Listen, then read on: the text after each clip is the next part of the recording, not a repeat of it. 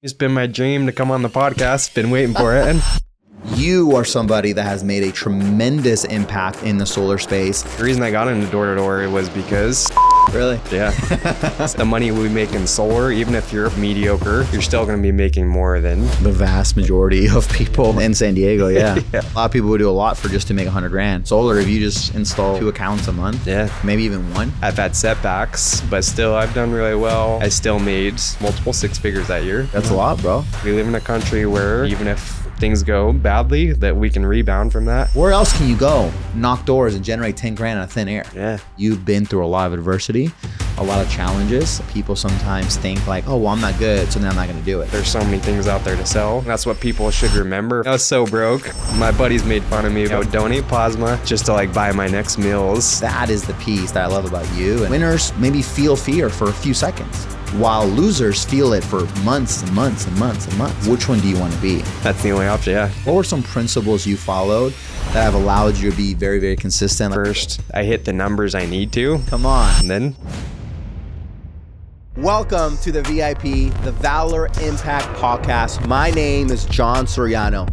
We believe that you can have it all, that you can be successful in all areas of your life, your faith, your family, your fitness, your finance, that you do not have to choose between one or the other. And as you listen in, take notes, take it all in, ask yourself, how can I apply this today? How can I go out there and execute today? Because we're going to teach you a wide range of things, from sales, from leadership, to finances, to mindset, to even how to have success in sales and in your marriage. And my only ask is that you like this video, you subscribe to it, you share it with somebody in the sales industry, and that you also ultimately go out there and execute on everything that you want. Welcome to the Valor Impact Podcast. Today I have someone that I've gotten to know really well the last two or so years, Taylor Armstrong, otherwise known as the Solarpreneur. Taylor right now, he currently actually has the largest podcast in the solar space. He has the most downloads than any other podcast in the solar industry right now. He's recognized as a great voice in our space. But he's also been in solar over a decade, door-to-door as a whole, for 13 years. He's a husband. He's a father. He has over 600 career installs. He's a builder of people, builder of teams. And so, Taylor, such an honor to have you here. thank you. Yeah, I was telling you, it's been my dream to come on the podcast. Been waiting for it. And I always thought it was because, you're like, oh, conflict of interest. He's got a podcast. We can't. No, we're doing it. We're doing the Solarpreneur Valor Impact Podcast Collaboration, collab. Come on, Finally. let's go. I mean, honestly, your podcast, the whole reason we call it the Valor Impact Podcast, because it's just, we want to make an impact. But you are somebody that has made a tremendous impact in the solar space. I know that I'm sure many people hit you up saying, Taylor, man, the podcast you did with this person or something you said on this podcast, it changed their sales game. It maybe helped them. They wanted to quit, but they kept going. And so I know you're someone that has made a huge impact in this space. And so I want to honor you for that. Thank you. But dude, tell us about you. Tell us about your background. Tell the viewers that maybe don't know you, just your background, how you got into solar, or even what inspired you to start the podcast. Yeah. And how you've been consistent all these years. But just give us a quick kind of background story on you. Yeah, for sure. I mean, anyone that's seen my podcast has probably heard the story many times. So apologize if this is the 20th time hearing it. But I grew up in a small town in southern Utah. I did door-to-door in pest control. The first did a summer of that. Then I did a 2-year church mission. I did another summer pest control. And for me, originally, the reason I got into door-to-door was because, I don't know if I've told this part as many times, but I struggled just with I was a super shy kid. I hated talking to people, but I knew I wanted to go on this church mission where I would have to be talking to everybody and talking about God and all that. So I'm like, okay, well, if I'm doing this and I'm terrified to talk to strangers right now, I need to do something out of my comfort zone and figure out how to kind of break out of this shell. So that's when I first heard, you get the pest control recruiters going to the campus, giving you free pizza. And I was just super broke. I would do anything for some food because I was a musician. I didn't even have time for a job on campus. So I'm like, sweet, I'll go get some free pizza and hear about this opportunity.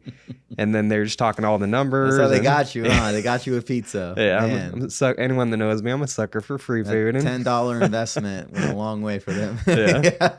Yeah. I mean, I was so broke. My buddies made fun of me, but we would go to places, and I had so little money. I would donate plasma just to like buy my next meals. And of course, my parents would have to help here and there when I was going to school. Sure. But we would go on like school trips, and I had so little money that I would take like people's leftover food just so I don't have to like buy my own food at trips like that. But anyways, I just got into it from that, and it was pest control. Pest control. Right, yeah. that was the pizza for pest control. Okay. Yep. And then I did a summer of that. I went on the church mission. Went and did another summer after. Helped a buddy kind of start his company, and that didn't go super well. And so after this second summer, when I was back from my mission, I had a buddy that I had done the mission with that he went and did solar for the summer. He was thinking of pest control. He ended up doing solar. And then we compared just like our bank accounts and how much we made over the summer. And he had made like 3 times as much as I did in the summer doing solar.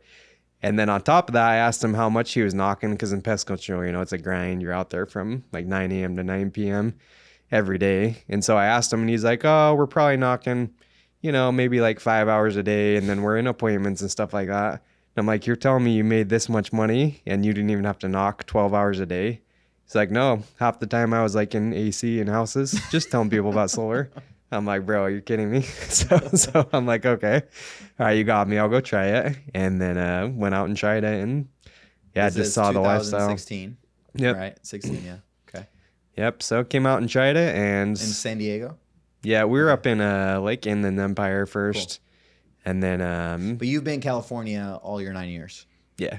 That's awesome. I love that. Yeah. I love, it's funny because you hear so many people say this market's tapped out, California is hard. Yeah. But yet you're someone that's been consistently in this market for 9 years. Yeah. And some people, they're like, oh no, I don't want to sell anymore. I'm going to go to, harder markets. But really this market is the one where you solve the biggest problem, right? For people sure. have a huge need.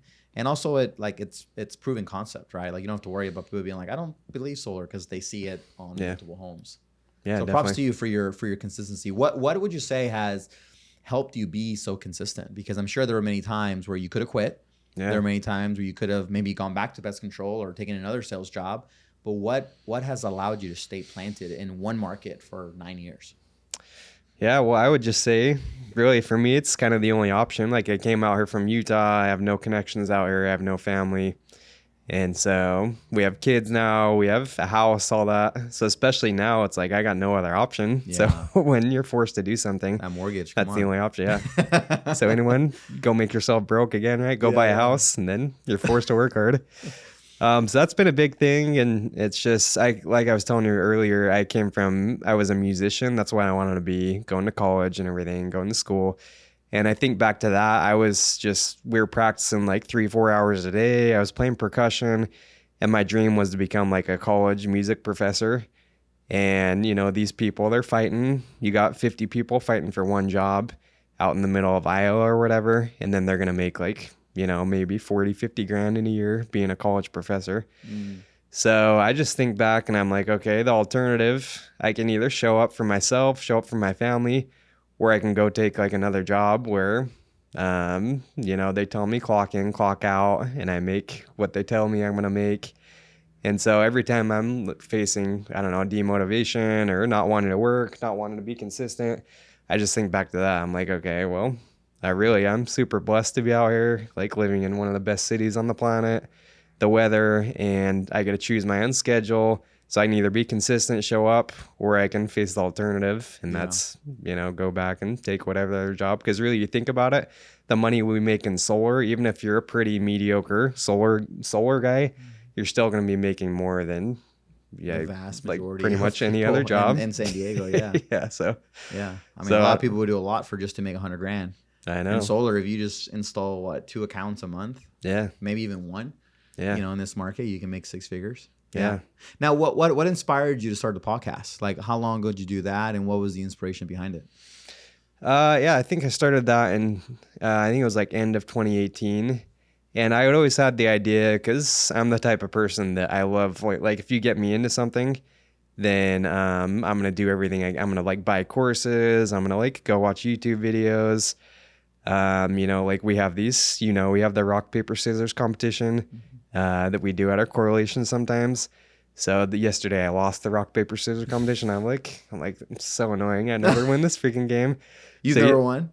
I think I got like second one time, but no, I never won. And then second was the closest I ever got it. So I'm like, you know what? So yesterday I was like so frustrated. I'm like, ChatGPT, like, how can I win rock, paper, scissors? I'm like sick of like There is actually a small strategy. There actually is. I've heard about it, but anyways. Yeah. And so I don't know. That's just like how I've been. Like, because I'm not a person that's naturally good at things. I feel that I have to work harder than an average person to be like decent at something. So that's just how I was in solar too. I was never the best guy. I was never a top performer, but I was a guy that I want to like learn as much as I can to try to improve myself, be better. And I feel that that's been one of like my superpowers, I guess, is even though I'm not naturally good at things, I'm extremely motivated to learn, to like improve. And so I think that was the motivation for the podcast. I'm just like, well, I hear people doing big numbers. The company I was with at the time, we had some, decent people, but nobody that was like doing insane numbers. So I'm like, man, I want to like be able to connect with people from these other companies that I hear are doing really big numbers. And I don't know if you knew this, but my first guest was Ashton, actually. Really? No, and he had turned me down. I had invited him. I'm like, hey, can I take you out to lunch, dinner, and just like pick your brain? Because I always heard that. Was it our old office? Yeah. I actually remember that because I was there. Yeah. That's when I met you. That was your first episode? I had no idea. Yeah. One of the first I might have done. Yeah. Maybe that was the second time you had him on. Because I think that was like 2021 actually. Because if you're saying you started in 2018, it would have been. Okay. That would have been like the second time you had him on. Yeah. But okay. Yeah. But yeah, so he was one of my first guests because he turned me down to like, he's like, oh no, I don't have time. He shut me down. Yeah. But then I was like, well, what if I approach him in the form of like a podcast? Say, hey, I know you're a busy guy, but we can feature you on this podcast. It's going to go out to the whole industry. And then I approached it from that angle, and sure enough, he's like, okay, we can do that. Wow. And so I'm like, hey. Talk about a lesson in value proposition, right? When people tell you no, they're not really saying no. They're just saying that you haven't brought me enough value. Yeah, exactly. The moment you're like, oh, pocket, now is value, right? Yeah. Same conversation, same questions. Yeah. What changed? Just the value proposition. Yeah. That's crazy. That's awesome. Yeah. So from there, I got a lot of value from that. Yeah. I'm like, wow, okay, this is kind of cool. And people started to recognize it. There wasn't really anything like that at the time when I first started. And I think that's part of why Ashton shut me down. Because at that time, like 2018, people were pretty guarded. They didn't want to share their outside of their company. They're like, oh, we're going to keep what we do within our company. Right. And so I think my podcast was kind of the first one that, started reaching out to people, and people started sharing more. What's your reach now? Well, I would say it has gone down from what it was, back when solar and NEM2 and all that, we were getting more. Yeah. But I would say I'm averaging, 10 to 12,000 like downloads, views, what do you want to call it? Yeah. What do you want to call it? That's a lot, bro. So for considering the audience of solar, I'm like, okay, not bad. One thing I love about your story, Taylor, is I see a principle of being consistent. I love you said something. You're like, hey, I wasn't the best at it, but I just went and worked hard. I had to work harder. Yeah. And I think people sometimes like that's such an underrated skill set. People sometimes think like, oh, well, I'm not good, so then I'm not going to do it. It's like, no. What you lack in skill, make up in work ethics. Right. And then what happens is over time you get better, and then now maybe you do have to work a little bit less to generate the same results, right? Obviously, the man you are today, you have to work less to make the income that you make today, where maybe 4 years ago you had to work twice as hard to make the income you make today. Right. And so I wish more people understood that, and that is one thing I've admired just working with you the last 2 or so years is you're very consistent. Okay. Like I found out a few weeks ago, we were hanging out with your wife, and your wife's like, Taylor has not taken a Saturday off in years. And I don't know if that's factual, but to her, it was factual. To her, she's like, I have not seen my husband in a Saturday in years. Yeah. And then that hit me though. I was like, I asked her, I'm like, are you for real? Like, he hasn't taken a single Saturday off.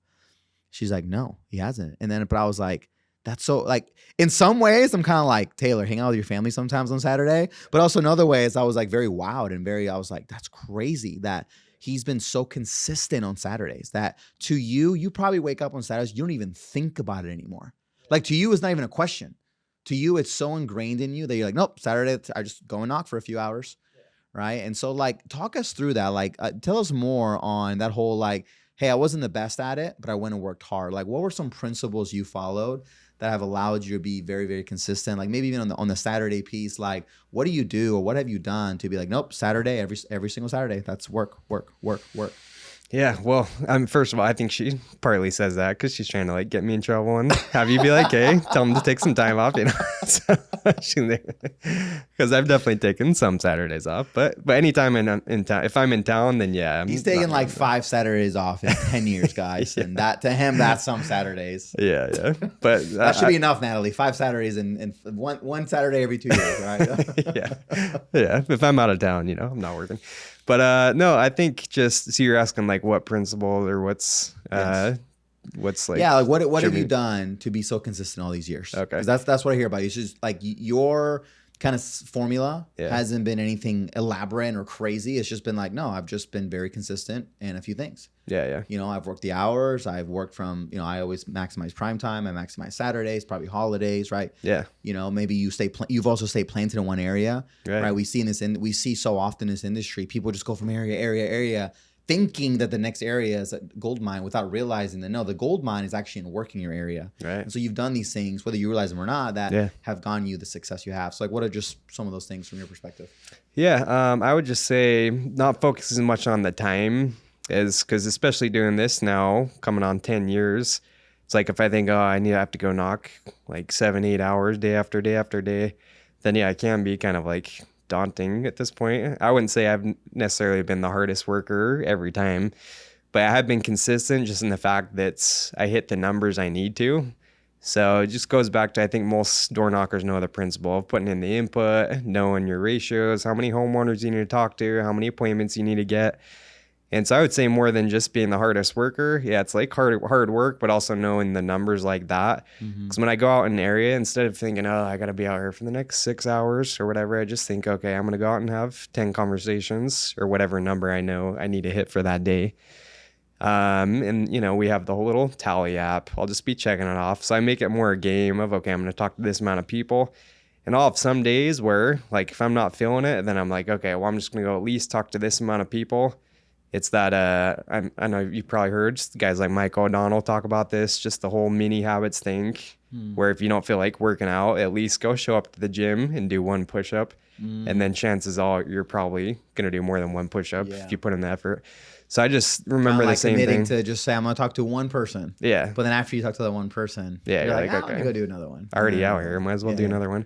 So yeah, even on days where I feel like this is the last thing I want to do is be out here knocking, I'm like, okay, well, I made the commitment. I know I need to at least talk to this many homeowners, and I'll go hit that number, even if it's say 6 homeowners or whatever on a day where I'm just like, whatever. If I hit the 6, then chances are I'm going to do at least a few more. Or if I'm really not feeling it, then at least I know I hit the 6. I'll usually have booked at least one appointment by then. Yeah. And then it's like, okay, you know, some days it's just going to be whatever, but you at least do the minimum output where you know you're going to get the results that you need. Yeah. So that's how I've treated it, is just like kind of like a marathon. There's going to be times where you're sprinting, but in order to win the marathon, just keep doing those little things day after day after day. And, you know, it's like the podcast too. There's days where I feel like I don't want to do a podcast at all, but you know, I pay like editors. I have like my assistants that go and edit it, and they'll be constantly hitting me up. Hey, do you have the podcast for tomorrow? And I'll get home 10 o'clock at night and be like, oh my gosh, they're bugging me about a podcast for tomorrow. All right, I guess I got to record it. So there's be times where I'm like recording something at midnight just because I got them bugging me. I know I got to like give them the next podcast. So I think that goes, you know, the principle in that too is just, I think it's valuable to have people you're mentoring, people you're training, that you got to show up for. Because if you're going out with someone to an area, if you got people on your team, there's guys that are like, oh, I don't want to be a leader, I just want to go out and produce. But if you're leading someone, and if you need to show up for them, then it's like much more likely that you're going to show up, because you can't leave your guys hanging. Yeah, I mean, accountability. I even love that example with your editors. In a way, you feel accountable to them. Yeah. Where you're like, I don't want to let them down, you know, especially if I said I was going to do something, right? Like, hey, you're like, let my word be my word. Yeah. I love that. And, you know, would you say that, do you experience burnout from time to time? Yeah, I mean, not like, I wouldn't say like burnout where I want to get out of solar or whatever. Yeah. But like, How does Taylor Armstrong recharge? Like what have you done over the years to kind of keep yourself fresh, right? And kind of keep that axe sharp, right? yeah. Because I'm sure after a while you maybe start to feel dull, and especially 9 years in solar, you can kind of like, it's very repetitive, and so how do you keep yourself sharp?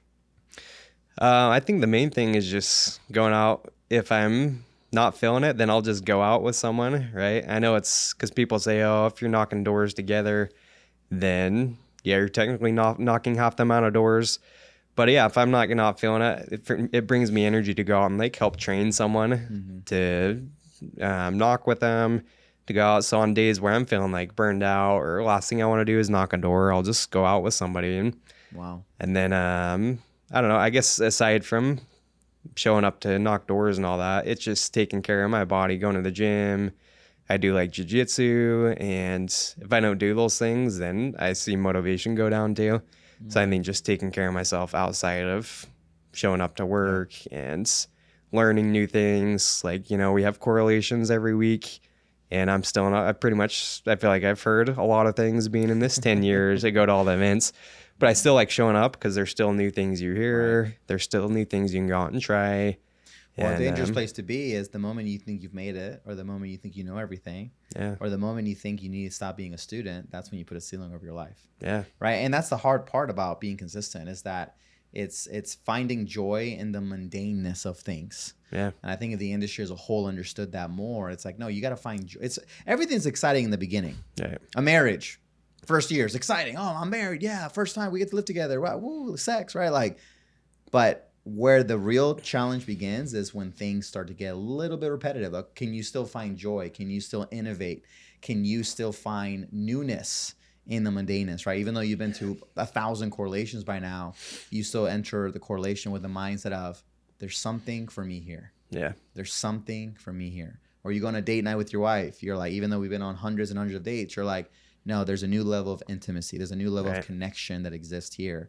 And I think that is the piece that I love about you. And whether you realize you've done it or not, is that you've adapted the mindset of like, no, I'm going to find joy in the trivial things. I'm going to find joy in the mundane things, right? I'm going to find joy in the repetitive tasks that I do over and over again. Because we do live in an instant gratification world where people want it now. That's why we see so often people going company to company to company to company to company, right? And it's like, and so, or industry to industry, or like the moment it gets a little bit hard, they're like, oh, I'm going to go over here instead. It's like, dude, stay planted. Yeah. Find joy in the suck. Find joy in the mundaneness. Find joy in the challenges. And so I love that about your story. And I actually want to ask you, in your 9 years, I know you've experienced a lot of setbacks. Yeah. I know you've experienced a lot of challenges. I know you've been, you thought 2018 was going to look like this, but it looked completely different, right? How have you been able to kind of stay on the path, even in the midst of a lot of challenges?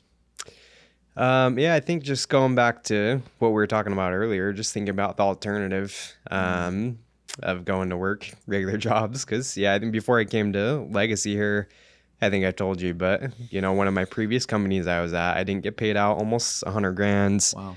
And had a lot of setbacks, a lot of jobs that didn't go through. And then, of course, we had the whole transition from NEM2 to NEM3. It was, I had to figure out a lot of things. But I think just remembering that the alternative, even though that year I didn't get paid almost 6 figures, I still made, like multiple 6 figures that year. Yeah. Like even when I didn't get paid about $100,000. So I still just think, man, to still make that much money and do that well for myself, even when I didn't get paid this, what's a really big chunk of money. Yeah. Still super blessed and still really good opportunity. So that's why I'm like, okay, well, back to the drawing board. Yeah. I wish I could have stayed in opportunity like Legacy that I'm at now. So that's one of the things that maybe I wish I could have changed, is just find a solid opportunity. And because where I've jumped around, I've seen some people like, I started before you did, John, but like you planted your roots, you built up fertile soil and all that. You built up leaders, and now you're leading hundreds of people, hundreds of other sales reps. So sometimes it's easy to compare myself, and I've gotten that trap sometimes. I'm like, man, how come I'm not like Jon? I've been in the industry longer than Jon. And same thing, Tyler, one of our managers here, I recruited him to solar, and now he's my manager. So I've had to kind of like humble myself sometimes, be like, okay, my journey's different. I can't compare myself to other people, and I've had setbacks, but still I've done really well. And like, look at all the things I have done. I have successful podcasts, been able to influence hundreds, if not thousands, of other sales reps. And even though, maybe I haven't had the level of success as other people, or haven't been able to like lead a massive division or anything like that yet. Not yet. It's coming. Yeah. It's coming. Dude, I mean, hey, God says, there's something powerful in humility, man. Yeah. My mentor years ago, he taught me, Jon, if you honor what's not yours, one day God will send people that will honor what is yours. Yeah. And I love that. And I love your story of you've been very humble. You've been very, and that's such an underrated skill set, in this industry, just in life in general. Yeah. That you've been so humble that you could have gotten bitter from the industry as a whole, or bitter at choices or people or whatever. But yet here you still are, full of joy, still willing to be like, no, I'm going to give it another go. Yeah. And just believing that's going to lead to greener pastures, Yeah. Yeah, and still have done well. So I just try to, not stop comparing myself with other people. Focus on how can I improve this year, this month, this quarter. And I've done well. Like maybe if I was making $0, that might be a different story. I probably would have been like, okay, solar stuff. But yeah, where I've seen success, where I've been able to lead others, just focus on the wins I have had. That's been for me just what's kept me going, even in tough times. Even in times where you said something I want to go deeper on. You said what's kept you in the course is just thinking about the alternative. Yeah. Right. It's like, okay, I can either go work for myself, or I can go work for somebody else. Right. Yeah. I can either go bet on me, or I can go and bet on this secure company. Right. Yeah. Or a career, whatever. Like there's this meme I saw years ago on Instagram that stuck with me. It's like, it's like a photo of a lion in the wilderness, and then a photo of a lion in a cage. Right. Like at the zoo, essentially. Okay. And it's like, it says the one that's in freedom out in the wilderness, it says, hey, this person has no guarantees. He has no security, but he has all the freedom, right? The line in the cage was like, oh yeah, he has security, right? He's going to get fed every single day at a certain time, right? He has a lot of guarantees. He's going to get food and water and protection and shelter. He doesn't have to worry about hunters coming and killing him or other animals, right? But he has no freedom. And it's like, which one do you want to be? Yeah. Right. And then I know men like you and I, we're like, you know what? We would rather have no guarantees, no security, but have all the freedom, meaning like the world is out our hands. But but there's also no guarantees. Yeah. And I think a great way, something that I wish more people would do, and you did a mission. Where'd you do your mission? Colombia. Yep. Colombia, right? 2 years. Yep. Right. And, I love doing humanitarian work. Like, Legacy, once a year, we'll usually do humanitarian work. And I've been in South Africa, Costa Rica, Mexico, Thailand.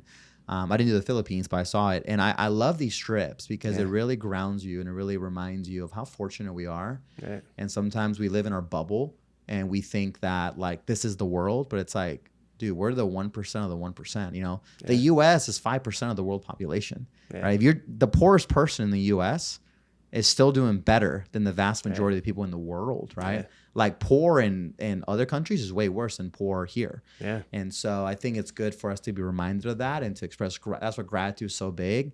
I remember being in South Africa and I saw these kids during a recess, and I brought my 5-year-old, he was 5 at the time, he's 7 now, but I brought Balin with me, he was 5, and I saw these kids playing with rocks for toys. Yeah.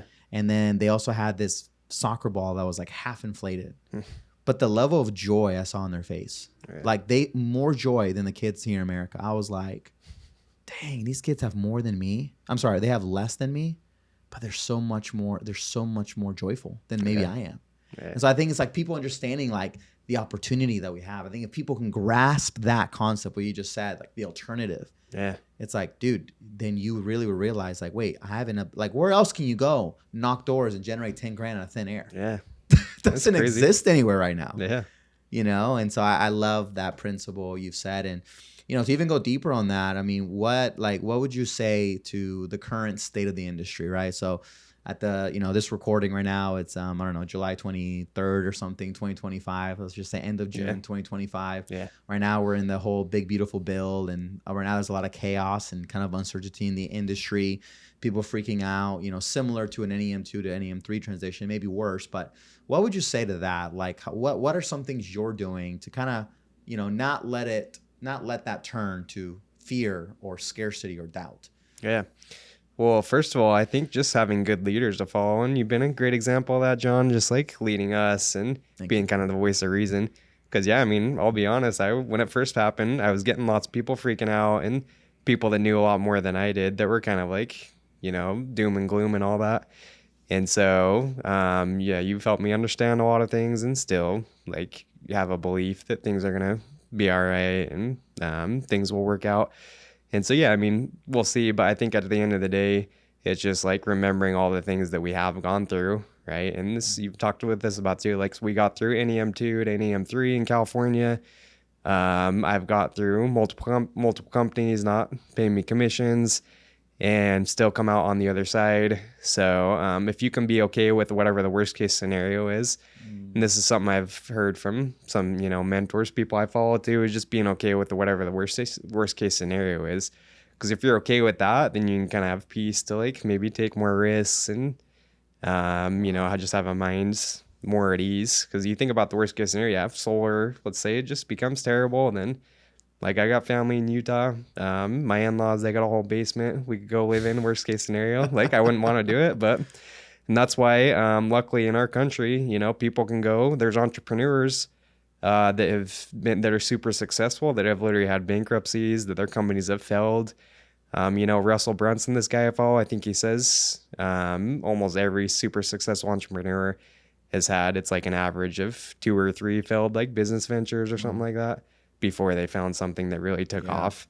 And luckily, we live in a country where it's designed, even if things go badly, that we can rebound from that. Yeah. Right. Bankruptcy, you can literally pretty much, it's not going to be easy. I'm sure I've never gone through one, luckily, but you can essentially like erase everything that happened and start over. Yeah. And like it's designed for that. Yeah. So yeah, I don't want that to happen, but I just think of, okay, well, worst case scenario, like we can figure something out.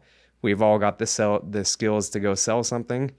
So I think solar will still be good, but even if it's not, it's like there's so many things out there to sell, right? And there's so many opportunities for us. Yeah. So I think that's what people should remember if they're listening to this podcast. They're fearful or uncertainty. It's like, well, you have the ability to sell. Just remember that.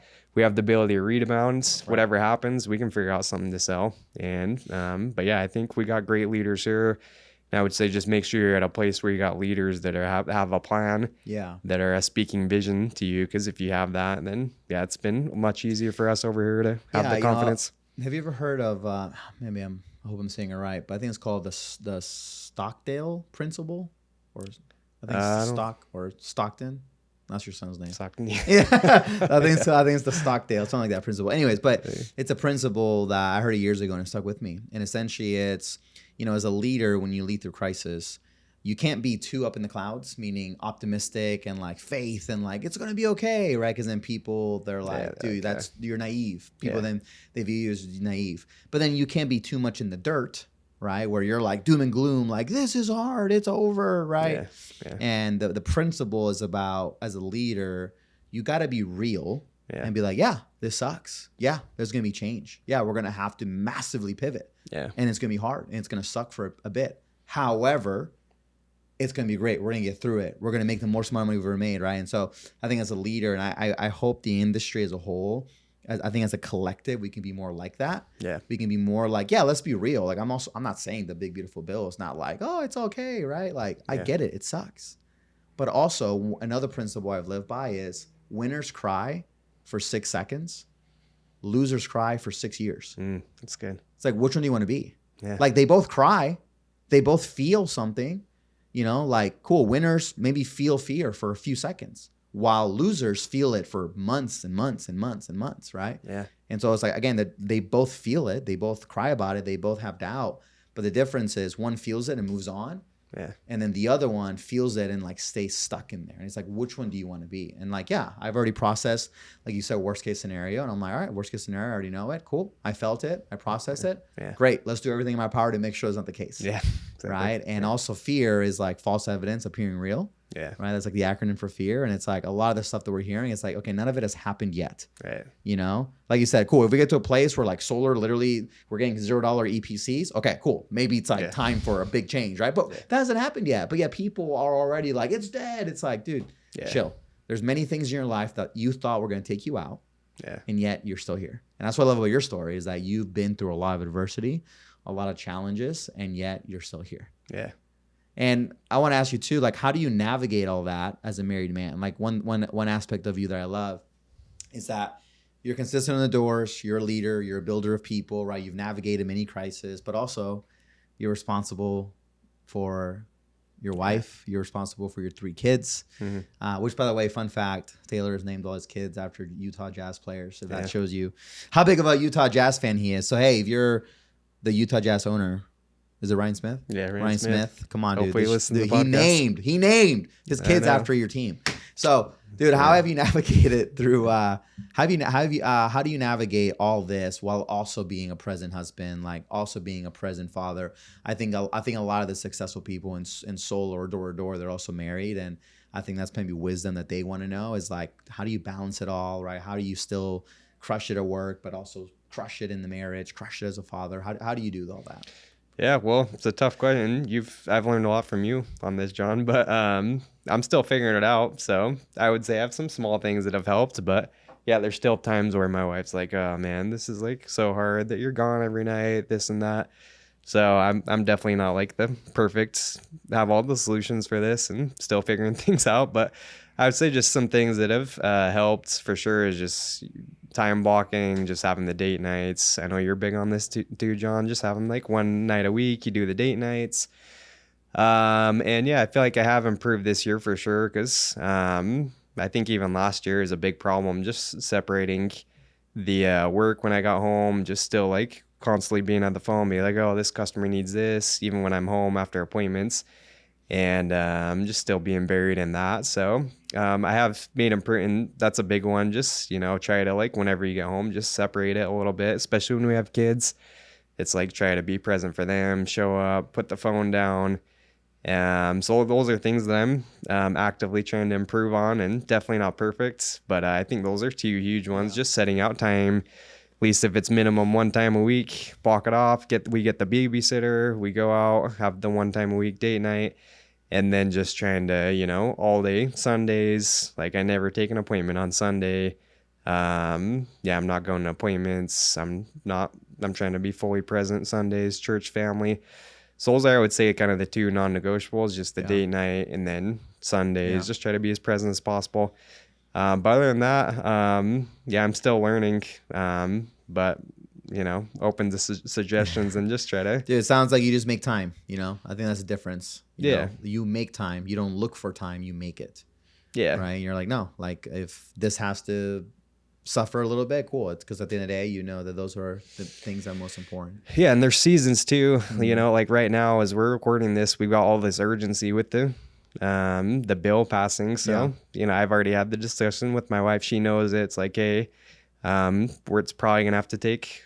We're going to like shift this a little bit. It's going to be a little bit more of the focus because after who knows what's going to happen, but we want to take full advantage of this. So I think it's just having conversations and being like, because we're all, going on blitzes. There's going to be seasons, times where we're working harder. Yeah. So I think it's about having those conversations and getting on the same page. Hey, look, like this season, this competition, we have a lot of big competitions at Legacy. Yeah. And then just talking before, hey, it's going to look a little bit different. But after that, we're going to go. Well, I love that. I mean, it sounds like you include your wife in your job. I think sometimes men think they have to separate the 2. Yeah. And it's like, cool, this is work and then this is marriage. But it sounds like you've blended it and you've let her into your life. Yeah. She understands because then when you do that, she supports you better. Because I've had the same conversation with Josie. I told her, babe, the next 6 to 18 months they're going to be pretty hectic. Like, I just want to be real with you. And she's like, cool, hey, I'm on board. Whatever I got to do to support you. And so she knows that. I know that. And so where I think some men, they try to carry that. And they're like, well, if I let my wife know, she'll freak out or she won't understand me or whatever. It's like, no, dude, like let her in. She's your partner. She's your helpmate. Yeah. And so I love that. And I'm shout out to Natalie. Yeah. Love you, Natalie. No, she's the best. Yeah. And so, dude, Taylor, it's crazy, man. It's already been like almost 40 minutes since we started. Time flies. Yeah, time flies. But dude, thank you so much for tuning into the podcast. Yeah. You are a wealth of wisdom, man. Thank you again. I want to honor you for the value you've added to the industry as a whole. If people wanted to kind of connect with you online, or just in general, what's the best way they can do it? Yeah, definitely shoot me a follow. Solarpreneur Podcast. We're on Instagram. I'm on Instagram, Taylor J. Armstrong. So I would say that's probably the easiest place. You can find us on YouTube, Spotify, wherever you listen to podcasts. So, and then of course, follow your podcast, Valor Impact. Follow mine first. You can go follow this one after. We want to keep a slight lead, but you have probably 100x the amount of videos I have.